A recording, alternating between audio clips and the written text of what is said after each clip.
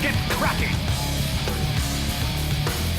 Welcome back, everybody, here to your coverage of the D2CL. I'm your host for the English live stream for today, TobiWan, bringing you our second game of RoX going up against the Alliance. Alliance looking to cement their position in the playoffs. They will go into second position if they can win this game, as Team Empire have already taken that semi-final position by topping out the group 4-0 in their results. Right now, the Alliance looking very, very strong up against RoX, so let's get ourselves back in and see how Game 2 will unfold before us. And of course, luckily, I am joined by a man who I always enjoy casting with because really he calms me when I talk irrationally. So the man of rationale, it is Clairvoyance. Welcome to the broadcast, man. Toby, I don't know how you figure out all these different descriptions of me. One day, I'm not even going to go into it, man. Whatever, thanks for having me. A man that wears a coat that's longer than Batman. Hey, man, Batman's pretty cool, though, right? Oh, Batman's Batman. That's like, yeah, exactly. Yeah. I'd look to be a Batman one day, you know, a vigilante with billions of dollars, actually. See, I wouldn't take you as a Batman.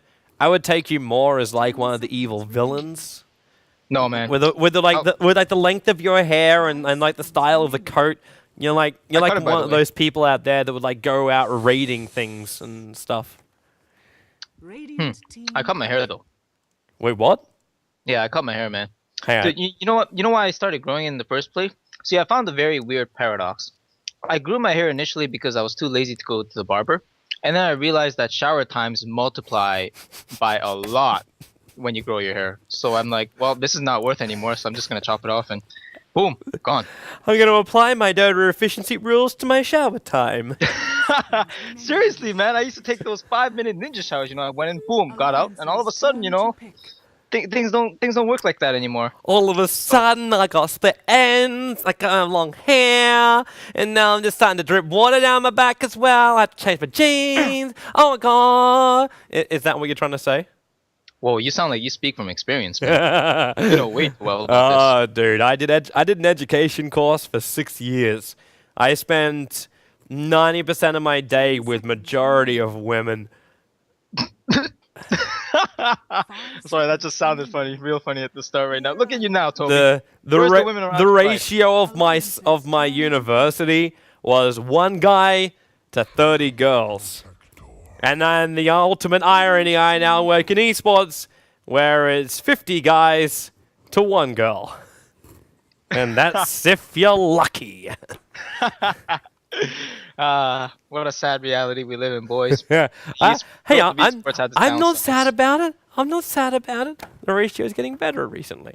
That's good. Good to hear, man. Yeah, let's look at our game, man. So RoX will be on the Radiant side for this game. 1 game behind, and we're looking forward to seeing him bring something else to the pool. But they're going with the Ember Spirit again, but this time around they won't have the Tree and Protector. And normally I'd say, oh, it was a block pick just based on what happened in the last game.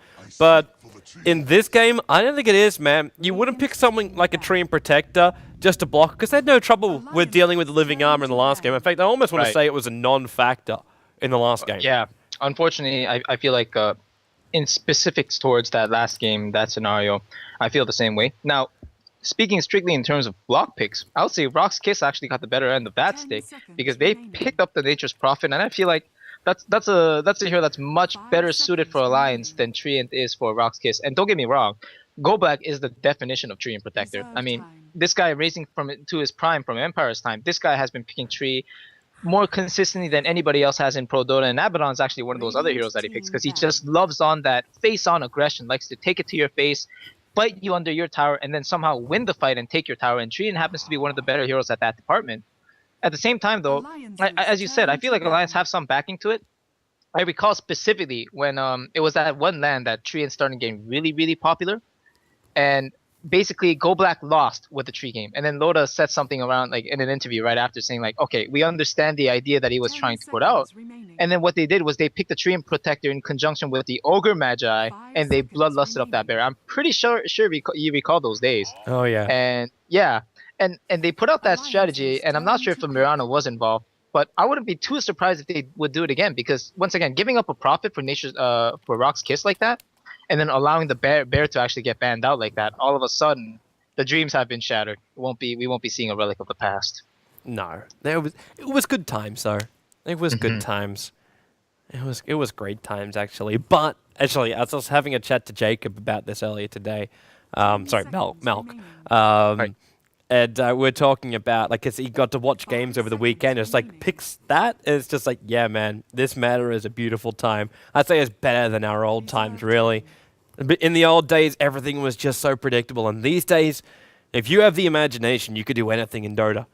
It's wonderful, wonderful times. Like Mirana yeah. and Treant, normally, like if you went back a month ago, you'd say, "Oh, that's definitely going to be a mid-solo Mirana." You go back 3 months ago, it's a Bane Mirana combination on the off lane, and now you can go, "Well, it could just be a basic support Mirana." We saw it being played up by Ao from Team CIS during the Cena Cup. And his support, Mirana, was absolutely amazing. And now we, in fact, get the Bane. So we have that kind of combination, too. What is actually scarier, I think, in my mind, right now is the fact that Alliance can even go aggro try with this and put the Bane. All you need is a quick Nightmare into an Arrow with Elite Seed combination. Ember Spirit will even have trouble running away from this. And this is a guy who can just jump himself everywhere across the map. A hero like Nature's Prophet is toast if he gets caught out by that combination. Yeah, yeah. There is no coming back or no saving grace for that situation when he does get hit by the combo. And just as you said, Ember Spirit, very elusive, but certainly susceptible to disables if he gets caught in the fray of one. But I'm still fearing for Alliance's draft a little bit because I feel like as the sides have switched, for some reason, so have like the drafting style. And I guess Nature's Prophet might be one of the biggest factors, and the Treant Protector just being opposite of each other directly, especially in the pick position too. But it just seems like Priestess, Bane, Treant Protector. The damage just doesn't seem like it's there right now. And the thing is, Alliance still have 2 picks, and 2 picks on 2 possible cores, so they can very well cover that department very quickly. But at the same time, RoX KIS, yeah, they have the elusive heroes, the Ember Spirit coming back to make his return from last game, and the Nature's Prophet, which is nothing but a boon overall and just provides so much benevolent factors when it comes to a Dota game. So I don't know. I'm kind of on the fence. I think with the Shadow Demon pickup, it's a counter to Bane as well as a nice addition because, well, one of the ways to counter a Bane Mirana is actually a Shadow Fiend to provide your own phase shift to the target that's being initiated on, and you give that as you said last game you mentioned when S4 dropped the tornado on targets, it was kind of a buffer timer. And I feel like it applies here too with the Shadow Demon providing that buffer timer for heroes, allow them to prepare and react accordingly to the situation that Alliance brings forth. So I feel like Alliance, they have to bring some damage out really quickly, and they banned the gyrocopter, so I feel like that's not the option they're looking for. Perhaps a Luna. Luna for me, Luna gives you the pushing power to go up. That's one thing which I'd take from the Luna. But in this game, she does seem a little squishy. Yeah, I feel that. Maybe Life Stealer? I don't know. It's just with the Priestess pickup and kind of like showing their cards on the double supports like that, it's fine and understandable that they want to go for a specific combo.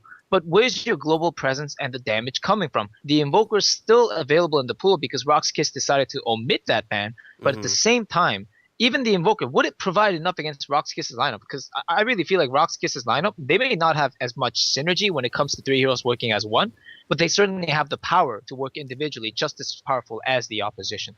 So it really can go both ways with the last 2 picks. And as you said, it's kind of unpredictable right now because there's been so many heroes being worked around lately. Yeah, I agree with you with the whole fact that they need to have a little bit more DPS.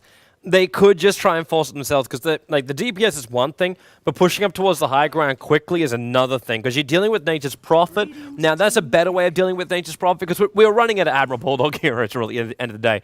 So Clockwork will be his selection, so they get a jump at initiation. Clockwork up against Prophet on the off lanes, not going to be that amazing. Man. And now Goldblack picks up a hero which I'd throw a very large question mark on here. Depending on the mid-solo, yeah, because I'm like, okay, you get Chen and Prophet to push together, that's great. You get some good survivability coming out from these guys, also great. You're already talking about the survivability once SD puts someone inside a disruption.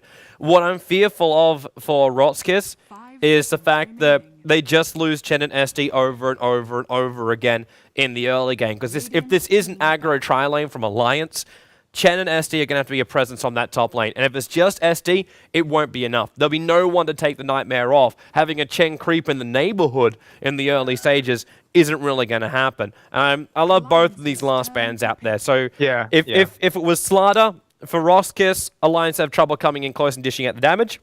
If it was Storm Spirit over on RoX would have the major concern that Nature's Prophet couldn't go anywhere on the map.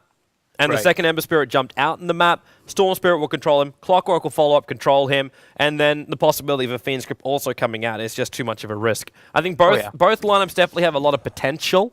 But there's definitely a lot of risk behind RoX lineup again, where I feel Alliance, it really looks stable for them. And we get Lifestealer and Bane, in fact, coming up right now. So there's your aggro tri-lane. This is going to push either Admiral Bulldog into the off-lane with the Mirana and an S4 Clockwork, which we haven't seen in a while, or they just switch their roles at the mid and the bottom lane, and that's a load of Lifestealer with a Bane and the Treant Protector.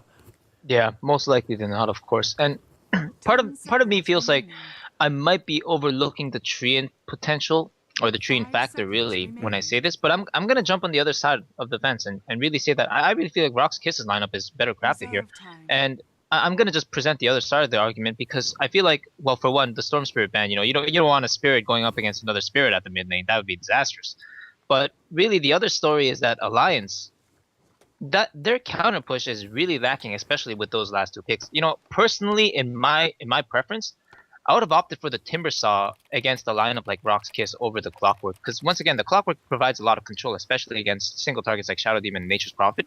But so long as the positioning's there are units to prevent the range, the reach, and the initiation coming out of just the hook shot. And Shadow Demon in place to allow that disruption and that buffer time, as you would say. Then I really do feel like Alliance are banking a lot on single target focus and taking down targets. What do you do when your opposition is looking to try and fight the same way they did the last game or the same way you did last game? You pick one of the most elusive heroes on the map that can dish out similar amounts of damage in the early game. It's called the Slark, Toby. Yeah, it's a perfect pick up here on the last point, man. Quickly, for people out there, I'm going to restart the live stream. Thanks very much to a guy called Envy or Master Kit who sent me a message saying that the live stream doesn't have multiple options. I think it was when we dropped and came back up again in that short period. It's locked it to basically HD. So I'm going to drop the live stream quickly and then bring it back up again. I suggest you hit F5 on your Windows. It's going to refresh your live stream up. For people on the VOD, you will have no changes whatsoever. But for people on the live stream, hit F5. It'll reconnect you to an ingest server, and we should be good to go. So, yeah. We dropped the live stream right now. People inside Dota TV have no problems whatsoever. So, yeah. Live stream should be back up again and running. And hopefully everyone's going to have their qualities back the way they were looking for them before. So how are we looking for our lanes? Admiral Bulldog off lane. It's going to be S4 mid and then defensive tri-lane from Alliance. Kind of feel like they could have really gone the aggro with their lineup, but I got a funny feeling that this Slark has made them think twice about it. Oh yeah, for sure. Not only that, but we have to really remember the power of the Chen SD combo. We know for a time that dominated the entire metagame. If you let the enemy team get those two heroes, I know the game's progressed a lot since then, but it almost spelled an instant loss because of their mobility in the early game stages. And the fact that even if you had vision, the smoke gank just allowed them to guarantee every kill that they'd gone on with the Shadow Demon setup as well as the Chen follow-up with the massive damage from range heroes and range supports and all these other things. So no real surprises for me personally. I feel like if you aggressive trialing, they would have really been an overcommitment that would have allowed you to stay in the game if you get kills, or immediately lost if you lost the trialing. Mm-hmm. Sorry, I'm still checking on our live stream problems. Trying to make sure we're back up and running again.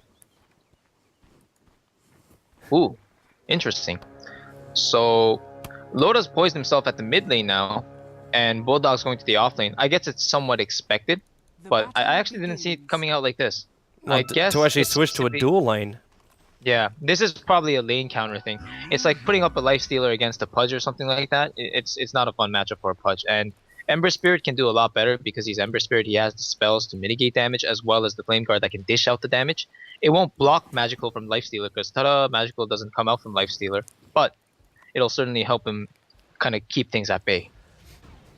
It seems our live stream didn't come back up again in time, so I'm going to just do another quick restart. on our live stream to try and get that quality back again. I don't know why I didn't jump into the ingest again. Either way. Wow. Solo's taking a ridiculous amount of damage here at the mid lane. Loda basically got 3 right clicks on him, where Solo was lingering around back and forth, and ooh, top lane. Cedo's in a lot of trouble right now. Nightmare setup, and this is the problem we're talking about. Luckily for him, he still had a tree in here, which could take away the Nightmare, but with Leech Seed, you just can't walk away fast enough. It's such a brutal lane to try and win up against. Yeah, it's a one-hit combo. Yeah. And as you said, there's no roundabout methods, especially for the Nature's Prophet, who's probably the most susceptible, barring the Ember Spirit, from all the disables that are coming out here. 0 mechanisms to help you stay alive once the arrow connects, and of course, before it connects, he can do everything that he's demonstrated, which is use the treants to block as well as take off the Nightmare. But yeah, with Leech Seed follow-up, Prophet is pretty much a sitting duck. Admiral Bulldog might be in a little bit of trouble too. That's the downside about having this kind of off-lane style hero, and you see what he's trying to do.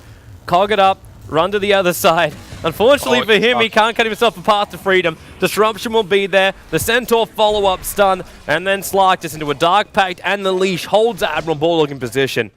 Chen will take the last step in this one, while meanwhile in the middle lane, Solo being initiated on 2. EGM with a Nightmare just holds him there long enough for Loda to get the last little paw swipe in. So kills on bottom, kills on mid, and for those people out there, the live stream is back up and running again 100% smoothly. If you did miss any of the action, we'll be uploading the VODs later on to the Dailymotion channel, as well as our YouTube channel, youtube.com/join Dota.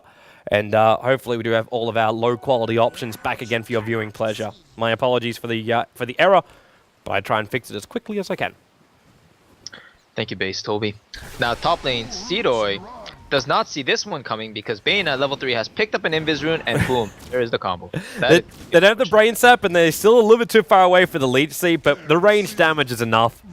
Okay, we'll tank up the tower a little bit too much, but it's okay. This is the worst. Do you see that? Cedo actually mismade the treants because they're stuck inside the trees, so he can't hold this creep wave away from the tower. Look at what Alliance is doing. Not only did they get the kill, they're denying like 3 creep waves worth of experience right now. Cedo is going to be very unhappy with this. He better take his talents to the jungle because he's not going to get much out of this at this point. Yeah, if he keeps going up to that top lane, he may as well die. But if he goes to his own jungle, you see the rotations coming out already. RK, they're going to go top lane. Leech seated up, point blank range arrow. There's not a single point in Starfall here for S4.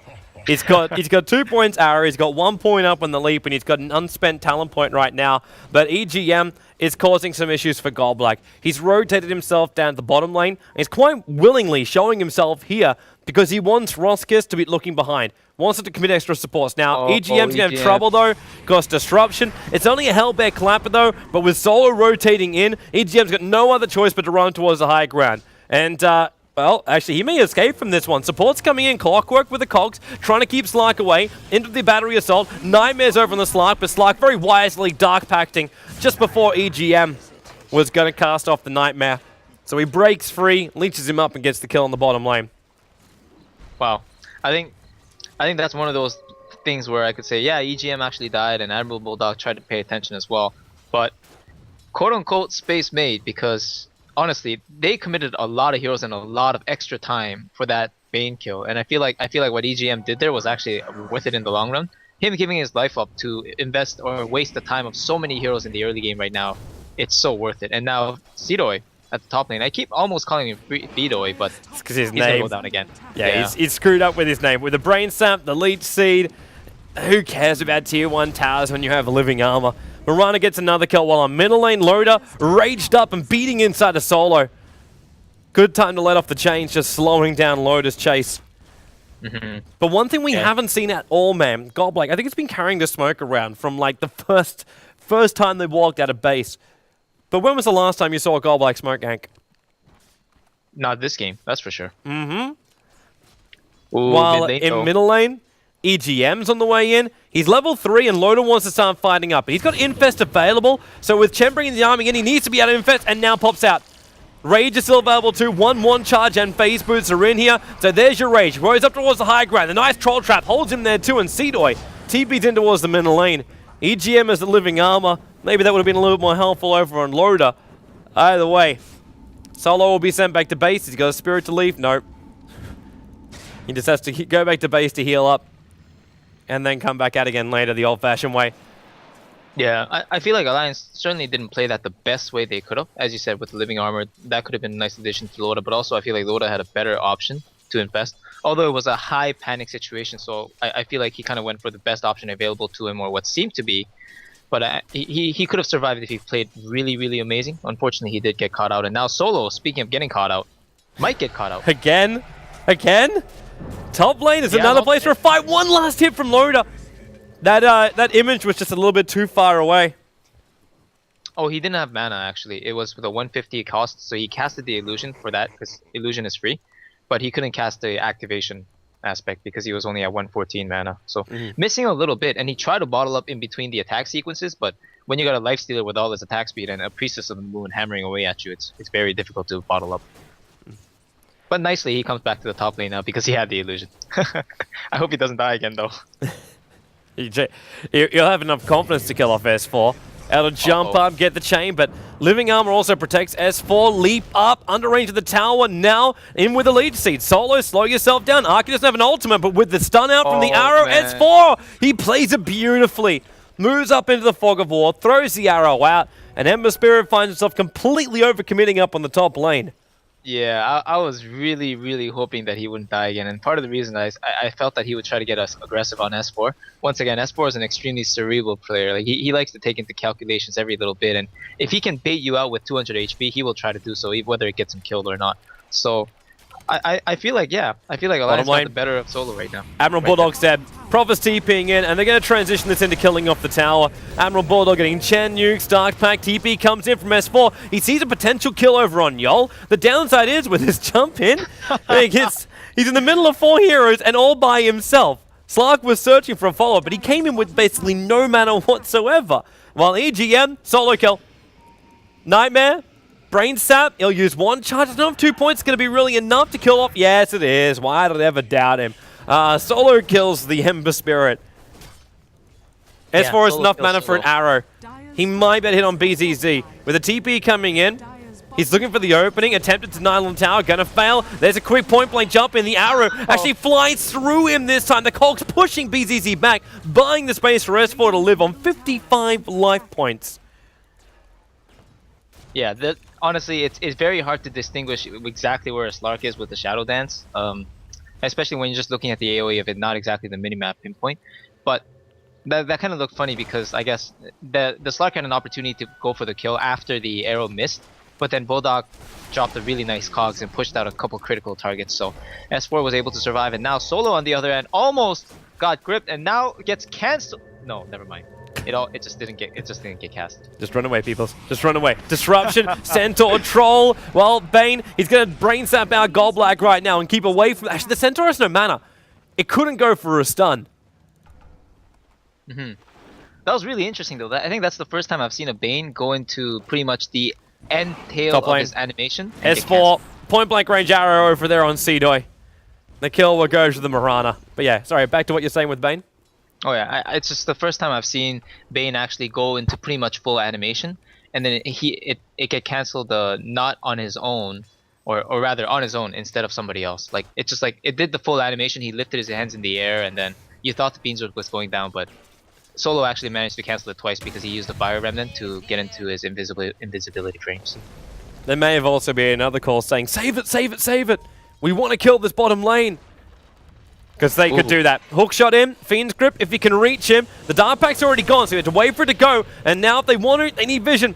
They need vision. EGM's going to try and keep up, and he gets the vision. The help is trying to come in there from Seedoy, but it will not reach in time. Hand of God, Admiral Bulldog needs a little bit more damage. They just didn't have it. He'll live and he'll back up, and because of that heal, he'll come back into the fight full life. You know, all of these things just seems like RoX KIS getting pushed up into a very uncomfortable position and then somehow managing to pull through, whether by staying alive or just extending the duration of staying alive, which means that even inevitably they die. For example, like Solo just seems to hold off his deaths a lot. Now he gets the top rune. It's probably going to be okay, but S4 is rotating in. If he gets the big arrow here. Wait for it, man. He's going to look for it. He needs to know where Solo's moving before he can throw the arrow out. Well, the Nightmare, that'll also be another great setup. So that's a 4-second, maybe even a 5-second stun on that one. And the Bane will end up pulling the kill out. That means Arcane Boots now coming up for the Bane, who seems to be throwing out so much mana it ain't funny. So he's definitely going to need that. And it's also a tier 1 tower on the top lane with no defense, and S4 moves in for it. Yeah. Once again, I kind of find it odd how every single one of these skirmishes just ends up in RoX KIS losing out one way or another. Like, it was nice that the Chen heal came in at the bottom lane at a critical time and saved their carry, but at the same time, they're really not gaining anything out of this.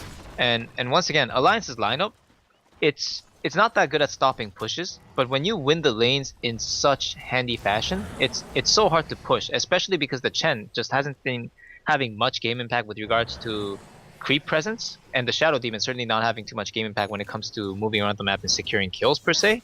Yep. It's gonna get rough. Like, these heroes are slowly getting outscaled by Alliance's heroes, and I feel like they have to feel hard pressed to do something right now. Now, Bulldog misses an attempt on the hook shot, but it's okay because they still maintain the presence at the lane and can probably push it down when they choose to do so, because S4 is free farming on the safe lane and holding that to his own. So yeah, Solo's trying to contest it right now, but he knows after dying twice like that earlier, he's not going to try to fight S4 anymore. Yeah, don't be that crazy, man. Oh, arrowed right in the face. That's a 5-second arrow, and that's a death on Solo.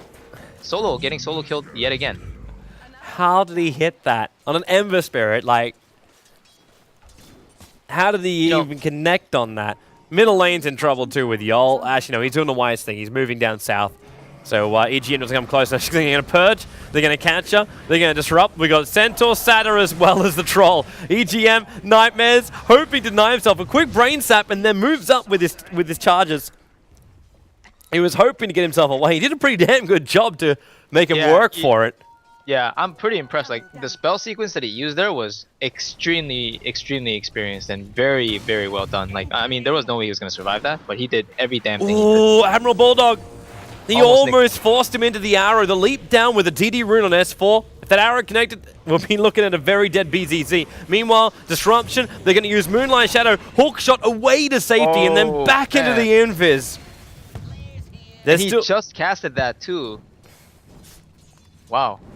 Alliance putting out some very high skill plays, some fantastic demonstration of their understanding as well as their experience. Hilarious thing is they're showing it as they're trying to escape out of overextending. Yeah. That's right. So I'm not going to say it's the cleanest game in the world for them. But when you're 11 for 5 up, your experience has started to plateau a little bit, just below 4,000 advantage to Alliance. And the gold still has your advantage too, but obviously you are... Actually, not even a tower up. RK, trouble. Arrows flying in. And with the ulti from RK, they held Yol there. He needs to lead seed so he'll stay alive through all of this damage as well. A quick disruption from the SD will keep himself alive for the moment. But with EGM in the neighborhood, he doesn't have Brain Sap. He's got Fiend's Grip, which now he's going to use over on BZZ. S4, he's finished with the upper lane. Comes back in again with a good arrow, picking up BZZ. Goldblack able to come in with his own nuke, getting a bit of a revenge kill over on the Bane. Centaur Stomps holding S4 there. But Admiral Bulldog, this battery assault's really causing a problem for Goldblack. Jumping down, there's not enough mana for S4 to go into a Starfall. Now he has it, but Admiral Bulldog comes back out with the rocket, finishes the job, and all of RoX end up dying during that engagement. Not a single one live. Unfortunately for them. Complete team wipe, and they still have no tower presence because all they have secured is the tower on the safe lane, which kind of came passively to them as Admiral Bulldog began his rotations around the map. But it's not nearly enough to make up for the disadvantages that they have accumulated up to this point. Once again, the Chen as well as the Shadow Demon, we saw a decent display of what their teamfight capabilities are in that fight, but they were just so scattered around and nobody really in proximity to make use of each other's abilities in time. So Alliance took complete advantage by isolating their targets, allowed the Priestess to get like 3 arrows in that sequence, and speaking of arrows, Solo gets arrowed in the face yet again.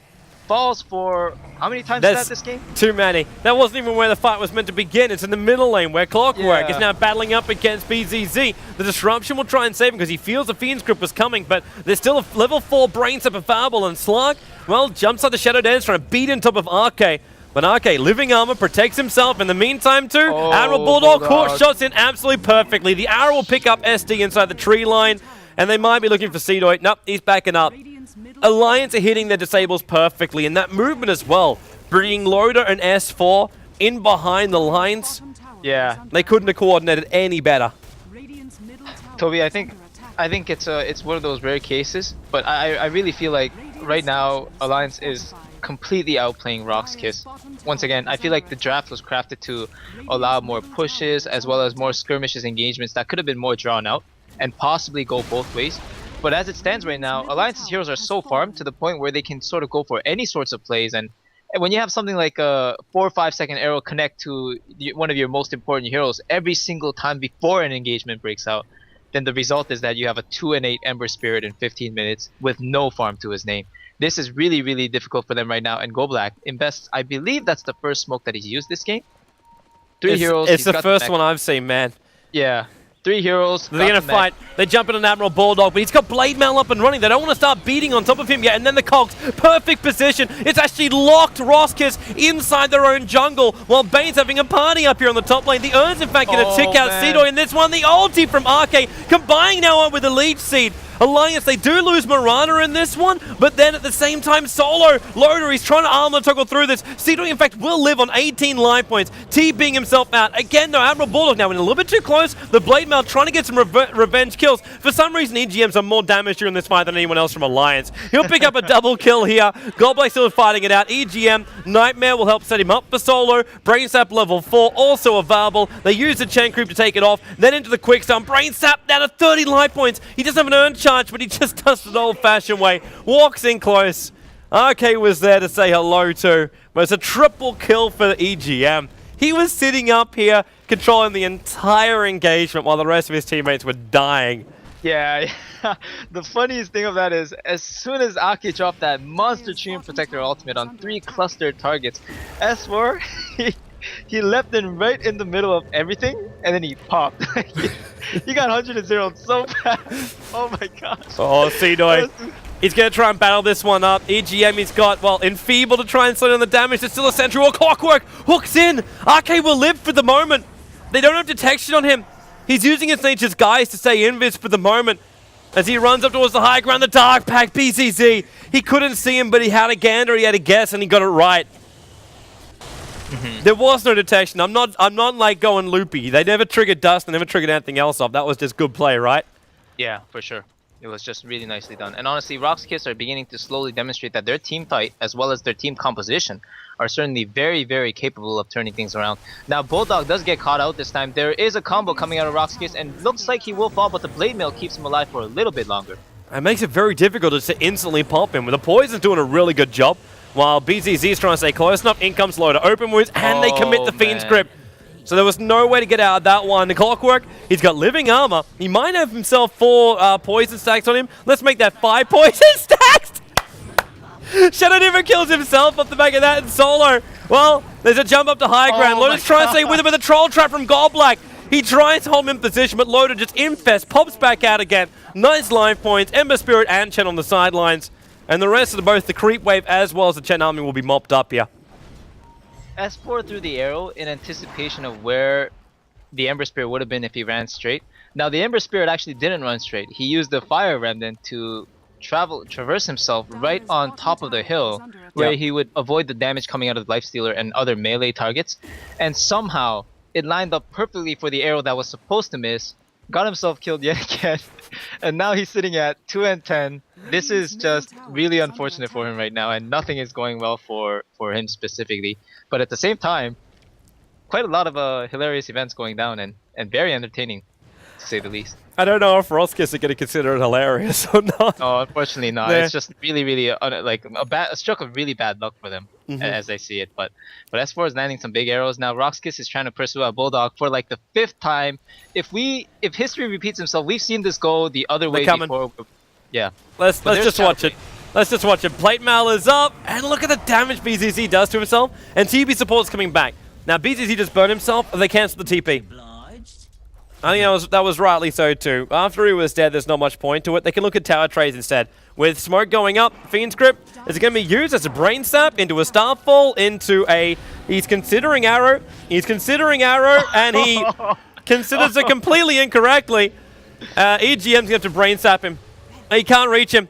They use the Moonlight Shadow. They're going to Oh find my Solo God. out. Lifestealer, in fact, kills off Nature's Prophet. In the meantime, up on the top lane, of all places, Loader is fighting up there. But they're still looking for EGM. You know what? Speaking of EGM, if he doesn't get caught out here, actually, Slark has full nighttime vision. I think he might have been able to nick him, but Slark might be in trouble himself. He's going to try and turn around for the fight. The Leech Seed will go, but he breaks free of it almost instantly into the Shadow Dance. And S4... How do you miss that? How do you even miss that? I don't know how you missed that, but S4 missed it. The tree ulti will go. Luckily for Solo, he is jumping up at the times. He's a little bit close towards Admiral Bulldog. The downside is the plate mail was burning him back for the moment. Then the jump through. Couldn't get the combos done. While they're trying to heal up S4 so we can turn to fight. Fiend's Grip will go. SD, Disruption being used, but at the same time, it's a 4-man stun. They jump in right now. EGM, somehow, with the Meg Charge, with the Brain Saps, he survives almost every bit of damage RoX gets through his way. Cedo will die on the side. Loader has a double kill. Vayne will fall during this engagement, but he tanked him up for so long. We've got Open Wounds and Admiral Bulldog battling up against Yol, who tries to fight his way out of the cogs. Loader is kept away from his prize kill. TP support's coming back in again. It's the Slark, a quick disruption, tries to battle. There's your Blade Mail. Slark drops himself down to almost no light points. Clockwork, hook shots in. They can't see him. They can't kill him. They need him to come out of this one. The Shadow Blade's protecting him for now. Sentry wards are being dropped behind the tower, so they can still see BTZ fight the Dark Pact, hitting him 4 heroes. Again, S4! The arrows! He can't hit him even when he tries to pierce him point blank range. But either way, Slark will go down. The GG is called, and the comedy does stop here. It's over. It's over. There is no more to say of this best of 3 series. Alliance will qualify themselves into the quarterfinals of the playoffs for the D2CL, where we have over $120,000 worth of prize money coming. Well, you know what they say about snipers, Toby? They're great at the long distances, but when it comes to short range, they're a little bit lacking. But once again, S4 just demonstrating a lot of good plays with his arrows and connecting a lot of very important kills, especially the solo kills on solo. And that really just put the favor and the advantage for his team from the very get-go. And of course, Loda doing a really good job at the mid lane as well. But I think the real MVP does go to EGM. He did so many sick map rotations in the early game, and the way he walked around was with so much presence and an air of dominance, just imposing himself in the enemy jungle against the Chen and Shadow Demon, and just doing that time after time, and just creating so much space and forcing a lot of game impact on the opposition to react. And unfortunately, I feel like RoX KIS kind of crumbled under that pressure of the impact. So Alliance playing a really, really good game. Good to see that they're still in shape. On the other hand, I feel like RoX KIS could have done a little bit better in some departments. I feel like the Prophet shouldn't have died so much at the top lane, and certainly Solo getting caught out a lot didn't help them. But it is to the credit of Alliance. Yeah, man, Alliance will end this game, I think, rather appropriate with everybody on level 11. Oh, yeah. It's just the 1-1-1s across the board. We're going to be back here in a couple of moments' time. The game is actually scheduled to begin in 5 minutes' time from now. The teams have arrived early, so Sigma will be playing up against Fnatic in just a couple of moments' time. I know they're still playing the game actually in Dream League, so we may have ourselves a little bit more of a wait before we start. But when Sigma finish their game in Dream League, they will jump over and play up against Fnatic to see if Sigma can force a 3-way tie over the 3rd position, or if Fnatic will end up triumphing and getting themselves through into the quarterfinals with Alliance and with Team Empire out of this first group here for the D2CL. Reminder as well, guys, as far as the giveaways goes, I know a lot of people are always searching for those wonderful rares. We're actually giving them out over the D2CL Facebook and Twitter tonight. So head yourself over to D2C League is the 2 places to go on both Facebook as well as Twitter. They're being pumped out there, so if you want your rare items, you'll have to go to those 2 locations this evening. And for now, though, we will have ourselves a short break, and we'll see you back here, Fnatic versus Sigma, in just a moment for the D2CL.